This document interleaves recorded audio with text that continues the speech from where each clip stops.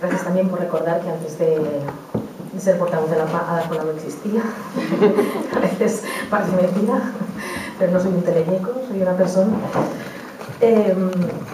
Entonces, bueno, en realidad se han dicho ya tantas cosas, ¿no? Es lo que pasa. Nosotros como observatorio también organizamos muchas jornadas y cursos sobre derecho a la vivienda.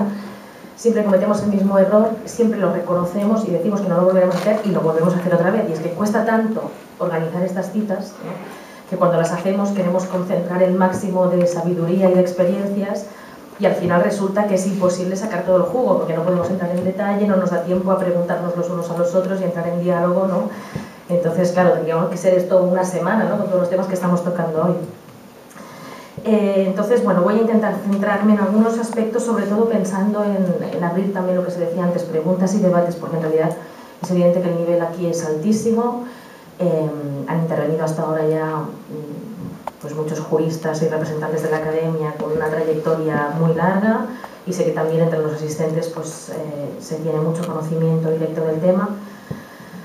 Entonces, yo voy a presentar un informe que básicamente, bueno, que se presentó que se realizó el año pasado y que básicamente tiene dos partes, una más de marco normativo, legislativo y políticas de vivienda y un segundo que es un estudio concreto a partir de una encuesta que se ha realizado con la plataforma Afectados por la Hipoteca.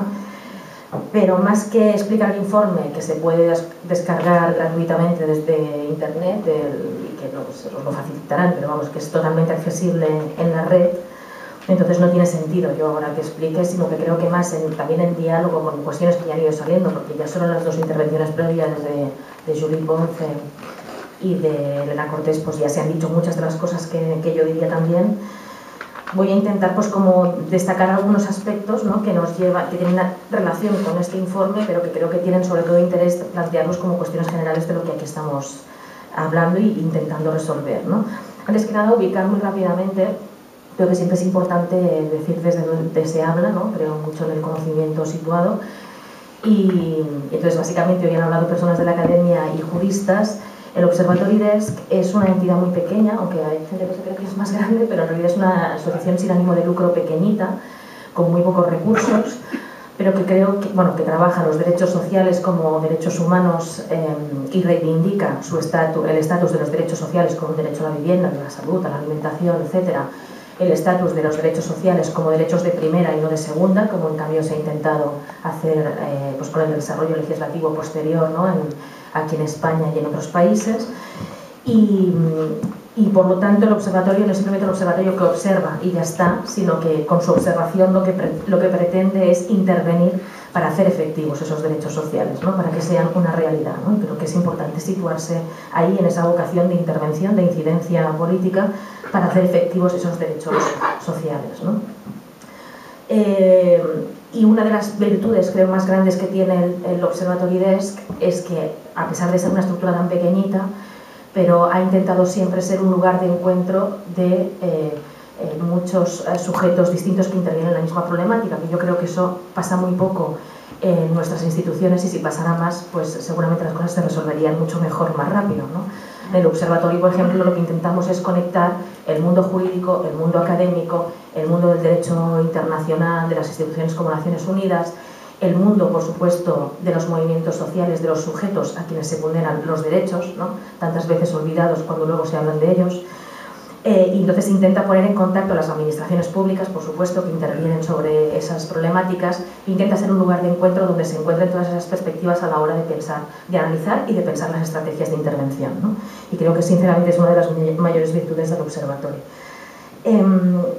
Del informe creo que es interesante explicar la motivación, ¿no? De por qué hacemos este informe. En primer lugar, el informe parte de esa característica del Observatory Desk de reconocer a los sujetos afectados por una vulneración de derechos y en general a la ciudadanía que se organiza para hacer efectivos los derechos sociales, como es el derecho a la vivienda, como interlocutores de primer orden, ¿no? Cosa que no pasa habitualmente.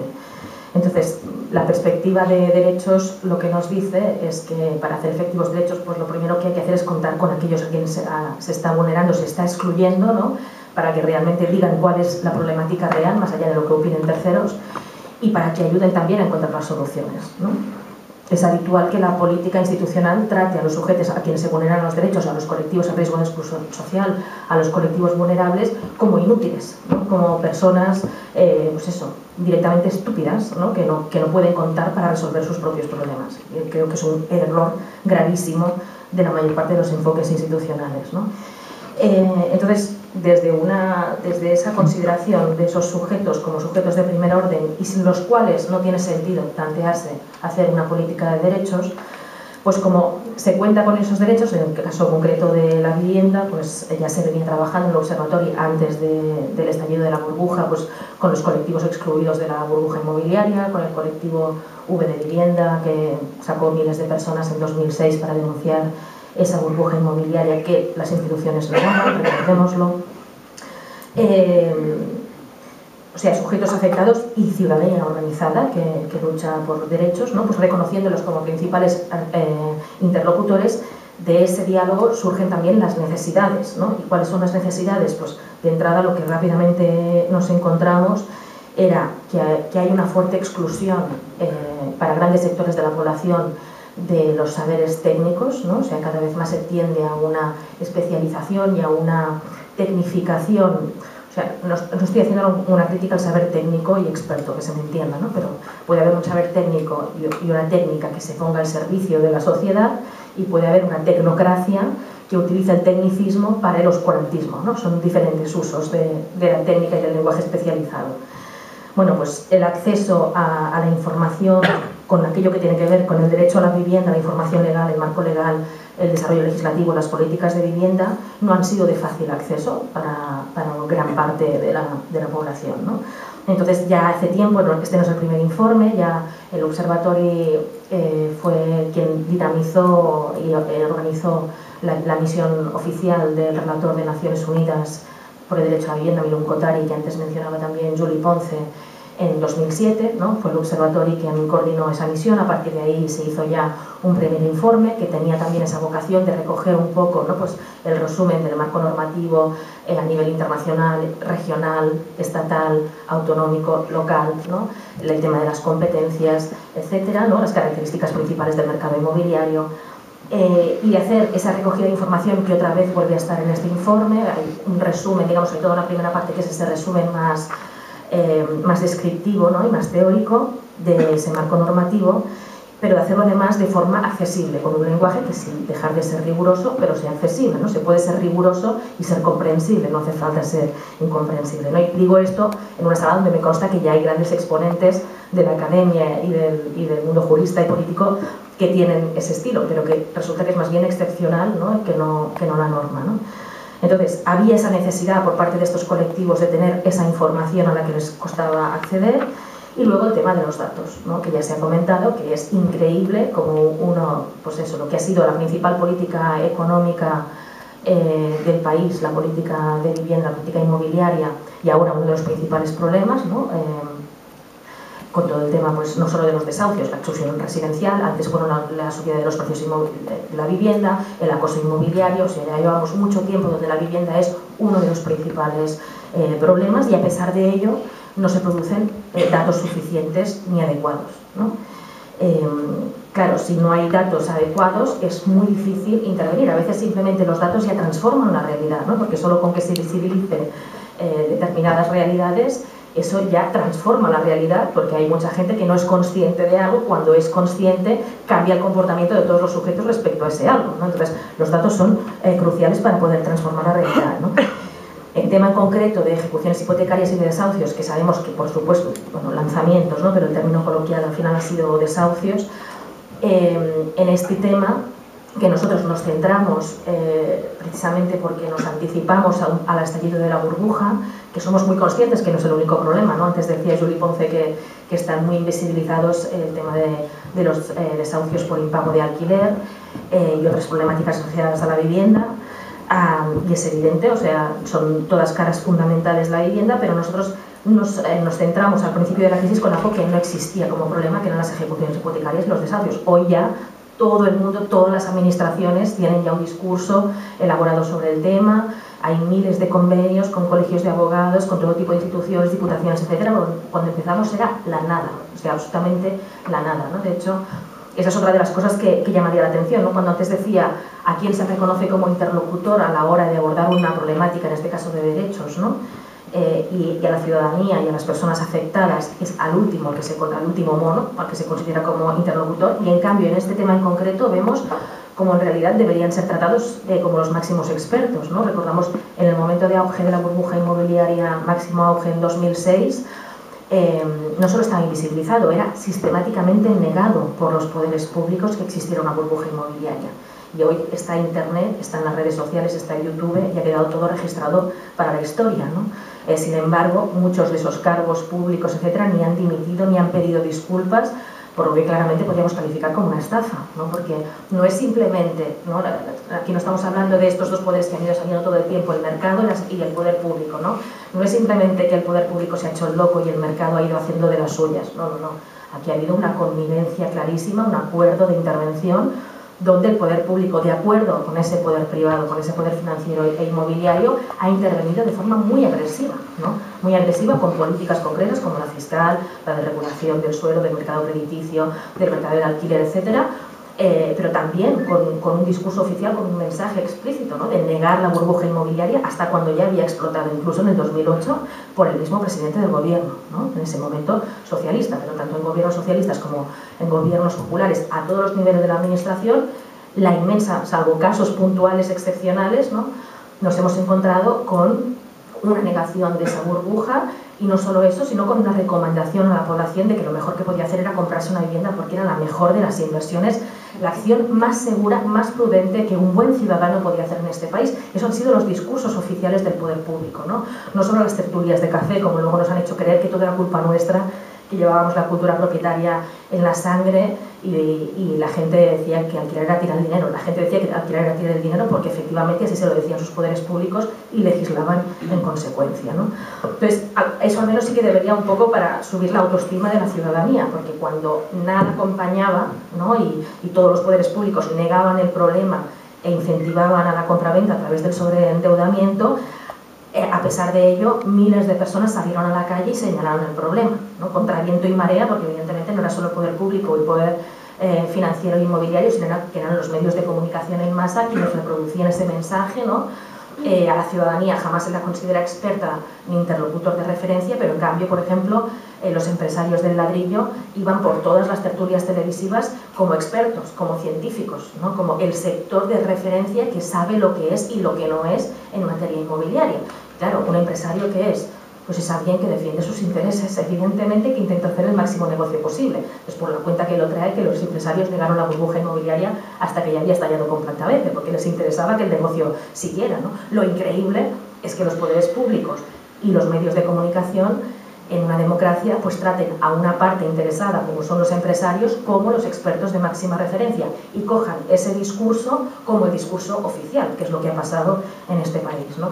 Bueno, decía que la parte buena de todo este desastre es que la ciudadanía puede tener una cierta autoestima porque cuando nada invitaba, la ciudadanía se anticipó, denunció esa burbuja inmobiliaria, señaló esa burbuja y gracias a eso pudo también anticipar el estallido. No es casualidad que en materia, en concreto, de ejecuciones hipotecarias y de desahucios, absolutamente ninguna administración, fuera de profesores puntuales como nuestro ilustre Naredo, ¿no? Que siempre es un referente en Madrid, aparte de los presentes, y algún profesor totalmente fuera de las corrientes hegemónicas de la universidad, y algún pequeño también algún representante aislado de las administraciones públicas, pero el discurso mayoritario oficial era que eso no existía, ¿no? En cambio, y por lo tanto no se anticiparon ni a la crisis hipotecaria ni de los desahucios. En cambio, la ciudadanía sí se anticipó, sin recursos, sin gabinetes jurídicos, sin medios de comunicación, sin economistas. La ciudadanía, aplicando el sentido común, estaba sufriendo la burbuja, anticipó su estallido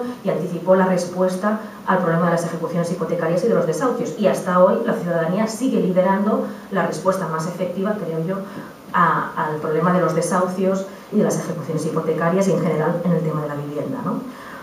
En el tema de los datos, bueno, yo que sé, el ejemplo lo tenemos clarísimo, ¿no? Con el tema más claro que está en la agenda pública, que es el tema de las ejecuciones hipotecarias y desahucios. Durante todos estos años hasta el 2012 hemos tenido una única fuente, que era la del Poder Judicial, absolutamente insuficiente, mal hecha, además reconocida, que han ido cambiando la fuente con la que han ido midiendo los desahucios, con lo cual ya no podemos hacer ni comparaciones porque ha ido cambiando, porque de repente se daban cuenta de que tenían una fuente de los juzgados que no era la adecuada y que, bueno, en fin, no me alargo, pero unos datos que eran solo cifras grosso modo, sin distinguir primeras de segundas viviendas ni locales, y utilizaban esa negligencia de la administración pública, porque es una negligencia de la administración pública, lo utilizaban como coartada, ¿no? Lo utilizaban como coartada para decir que la movilización social y los afectados estaban exagerando el problema y que no era para tanto, y que era mucho menor, y que en realidad primeras viviendas eran muy pocas y que se estaba magnificando el problema. Aquí es el colmo de la perversión, o sea, no doy datos y utilizo que no hay datos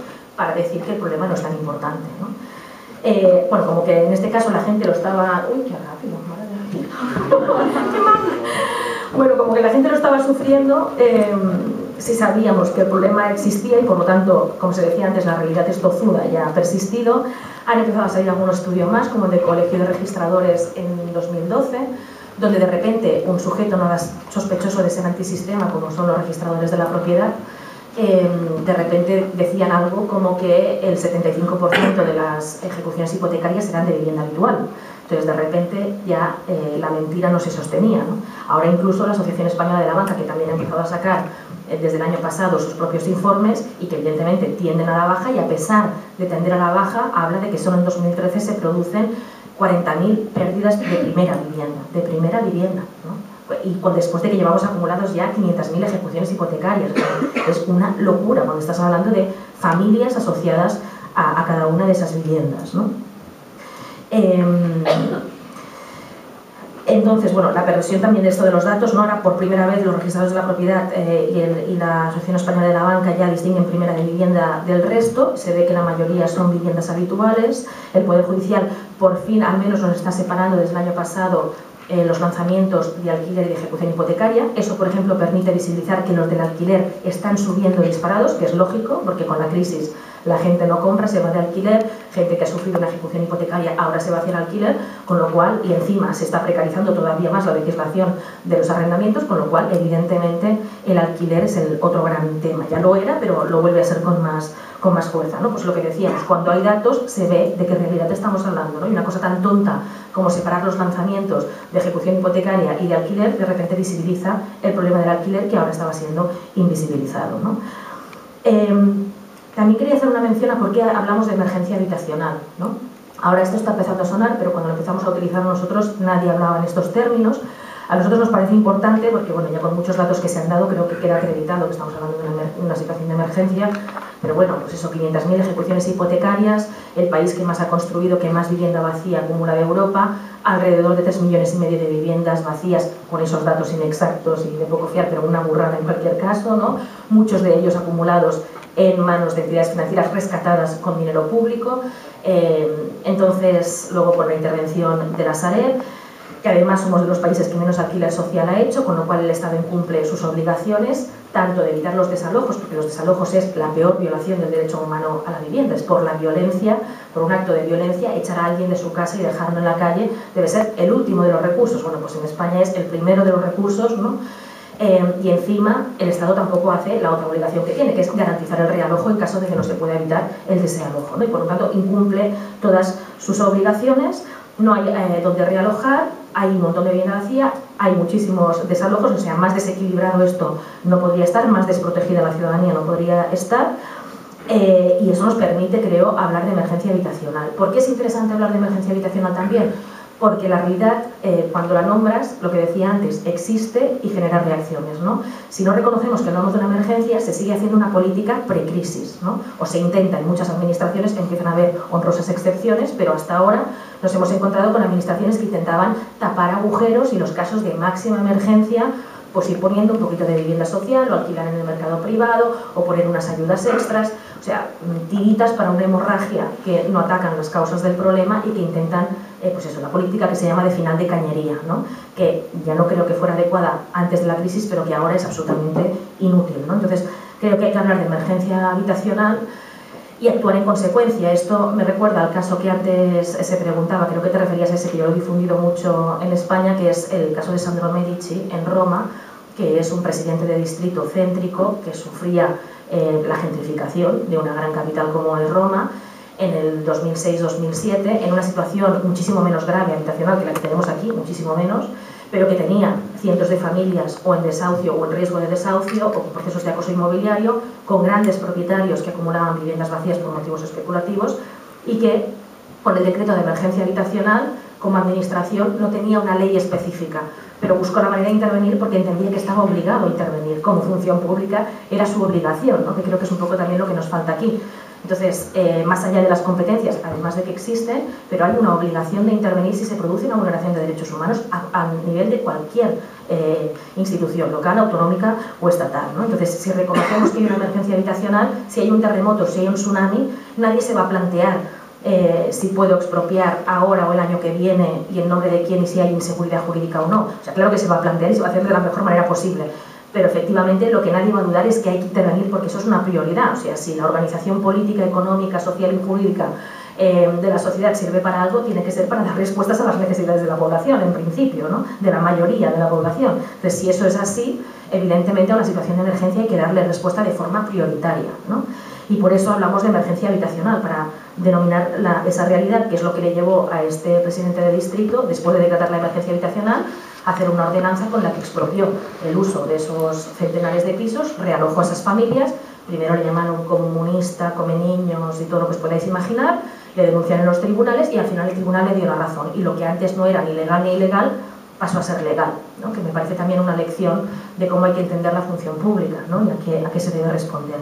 Claro, si me queda tan poco tiempo, no puedo entrar en los datos detallados, pero es importante de los datos, por ejemplo, también se ve en el tema de nosotros, ¿qué hemos hecho con este informe? Pues junto con la PA hemos hecho una encuesta a lo largo de más de un año de más de 11.000 personas y concentrada en un mes para que fuera realmente representativa de casi 3.000 en solo un mes, que es muchísima gente. Entonces, no podemos decir que sea representativo del conjunto de la población porque son personas afectadas que han contactado con la PA. Entonces, eso ya es un sesgo. Además, se ha hecho a través de Internet la encuesta, con lo cual eso puede ser un sesgo también en el perfil de las personas que han accedido, ¿no?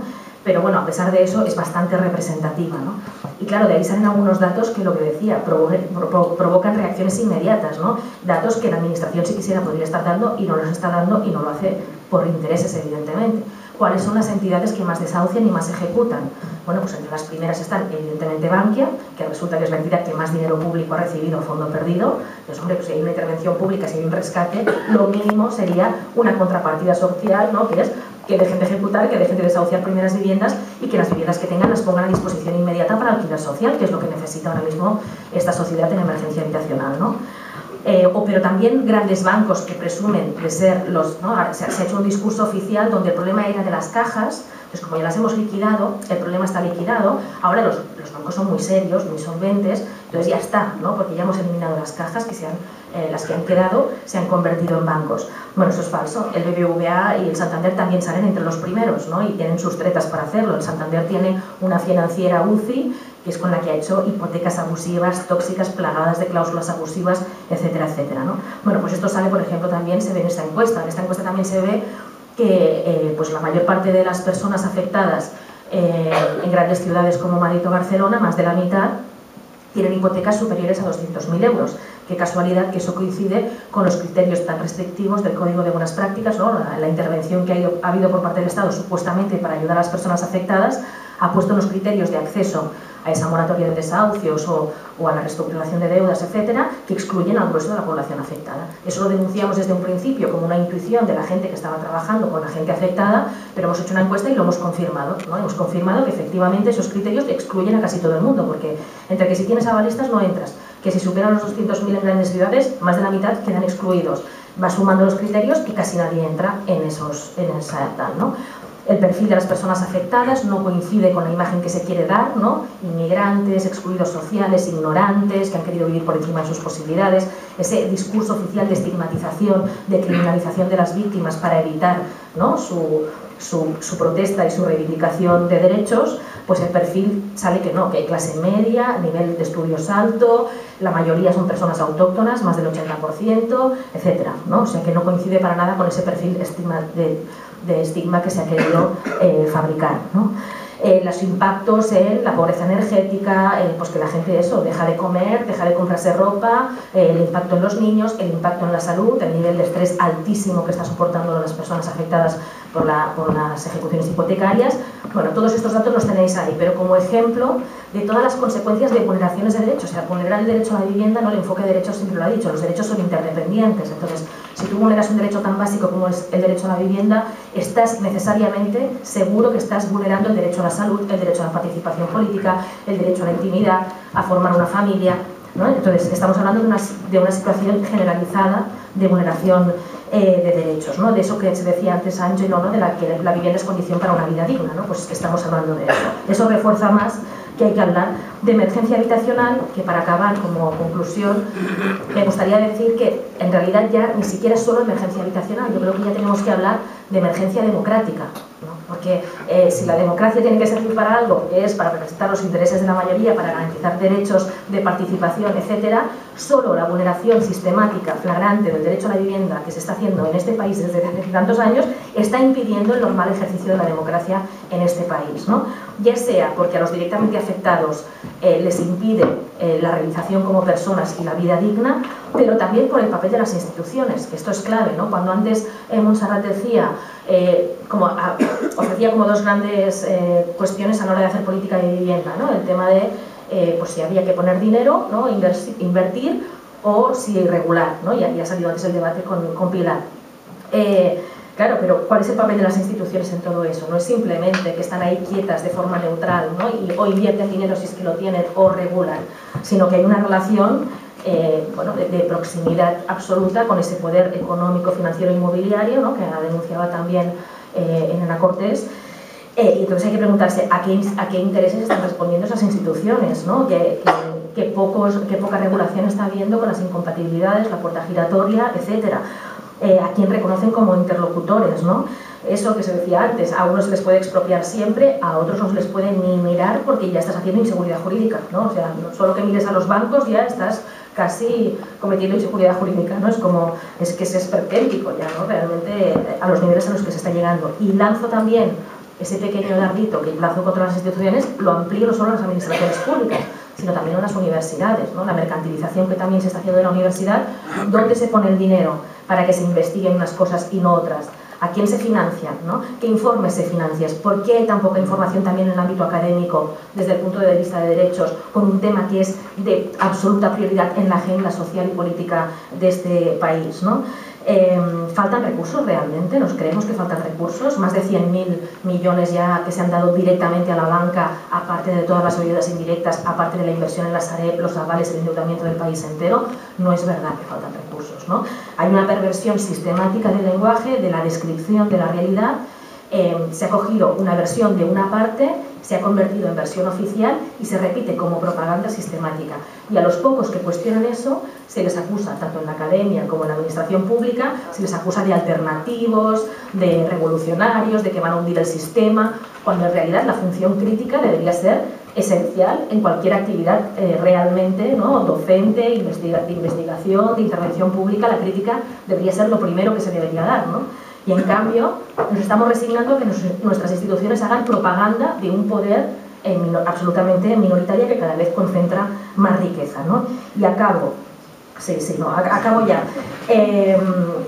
Ha fracasado, o sea, es peligroso porque la situación esta de apropiación de lo público, de apropiación de nuestras instituciones en el sentido más amplio, ha llegado a un nivel donde, o sea, un poco de gran hermano, ¿no? Estamos un poco en el gran hermano donde nos siguen repitiendo las mismas mentiras, aunque todos sabemos que han fracasado. O sea, había una receta que nos vendieron con una promesa, nos dijeron que la mercantilización de la vivienda era la mejor manera de garantizar el derecho a la vivienda, nos hicieron esa promesa como sociedad, nos dijeron que no nos preocupáramos, que todos salíamos ganando, que a todos se nos revalorizaba nuestra vivienda, pero eso ha explotado, ha estallado por los aires y hoy tenemos la situación desastrosa, mucho más que otros países que también están en crisis, porque ese modelo en concreto claramente ha fracasado.